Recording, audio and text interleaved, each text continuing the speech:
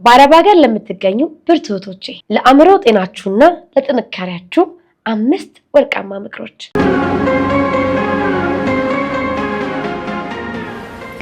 ሰላም ጤና ይስጥልኝ ውድ ቻናላችን ቤተሰቦች፣ ዛሬ የምናወራው ስለናንተ ነው። ስለ ብርቱዎቹ፣ ስለ ታጋዮቹ፣ ስለናንተ የማዳም ቅመሞች ቤተሰብን ለመርዳትና የተሻለ ህይወት ለመፍጠር ባህር ተሻግራችሁ በአረብ ሀገራት ለምትደክሙ እህቶቼ ስራው ከባድ እንደሆነ ብቸኝነቱና ናፍቆቱ አንዳንዴ ከአቅም በላይ እንደሚሆን እናውቃለን። ዛሬ ግን ይህንን ሁሉ ተቋቁማችሁ የስነ ልቦና ጥንካሬ እንዲኖራችሁ የሚረዱ ነጥቦችን እናያለን። የተስፋ መቁረጥ ስሜት ሲሰማችሁ ከጅምሩ ከአገር የወጣችሁበትን ዓላማ አስታውሱ። ያሰብሽውን ቤት ለመስራት፣ ቤተሰብ ለመርዳት ወይስ የራስሽን ስራ ለመጀመር? ይህንን ዓላማሽን በፍጹም እንዳትዘነጊ። በወረቀት ጽፈሽ በየዕለቱ የምታይበት ቦታ አስቀምጪው። ይህ ስራ የዘላለም አይደለም፣ ለተወሰነ ጊዜ የምታደርጊው መሻገሪያ ድልድይ እንደሆነ አትዘንጊው። ይህም ያልፋል የሚለውን ቃል የዘውትር መዝሙርሽ አድርጊው። ከአእምሮሽ ጋር ሰላም ለመፍጠርና ጤናማ ሆኖ ለመቆየት የብቸኝነትን ስሜት መቆጣጠርና ራስሽን መንከባከብ ግድ ይልሻል። ብቸኝነት ሲሰማሽ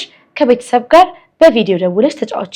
ነገር ግን ሁልጊዜ የቤት ውስጥ ችግር ብቻ የሚነግሩሽ ከሆነ ትንሽ ራቅ በይ። አንቺ እዛ ያለሽው እነሱን ለመርዳት እንጂ የሁሉንም ጭንቀት ተሸክመሽ ለመታመም አይደለም። ለራስሽም 10 ደቂቃ ስጩ። ጸልይ፣ ከፈጣሪሽ ጋር ተገናኚ።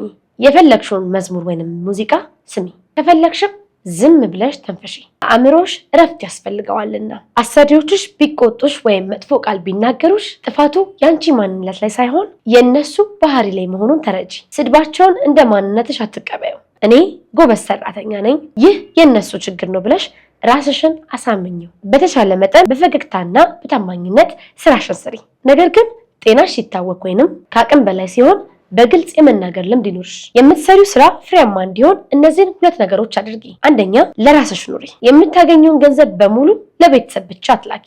ለራስሽ የምትመለሽበትን ጥርቅም ያዥ። የገንዘብ አቅም ሲኖርሽ በራስ የመተማመን አቅምሽ ይጨምራል፣ የወደፊት ፍርሃትሽም ይቀንሳል። ሁለተኛ፣ እውቀትሽን ጨምሪ። ማህበራዊ ሚዲያ ስትጠቀሚ ጊዜሽን የሚያባክኑ ነገሮች ላይ ብቻ ሳይሆን ወደ ሀገርሽ ስትመለሽ የምትሰሪበትን የቢዝነስ እውቀት የሚሰጡ ቪዲዮዎችን እይ። እህቴ ሆይ አንቺ ደካማ አይደለሽም። አንቺ የቤተሰብ የጀርባ አጥንት ነሽ። ዛሬ የምትለፊው መከራ ነገ ለምታወሪው የድል ታሪክሽ ግብአት ነው። ራስሽን ጠብቂ፣ በርትተሽ ተመለሺ። ይሄ ቪዲዮ ለአንቺ ከጠቀመሽ ለሌሎች እህቶችሽ ሼር ማድረግ እንዳትረሺ። በኮሜንት ላይ ደግሞ የት ሀገር እንደምትገኙና የሁል ጊዜ ብርታታችሁ ምን እንደሆነ አሳውቁን። ሰላም ለእናንተ ይሁን።